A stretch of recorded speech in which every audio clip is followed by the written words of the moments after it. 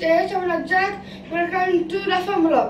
আমি এখন দাদু আছে আমাকে গিফট দিল, টাকা গিফট হচ্ছে আমি কিনবো ল্যাপটপ বসে জন্য 50,000 টাকা। 50,000 টাকা দাদু আমাকে দিল।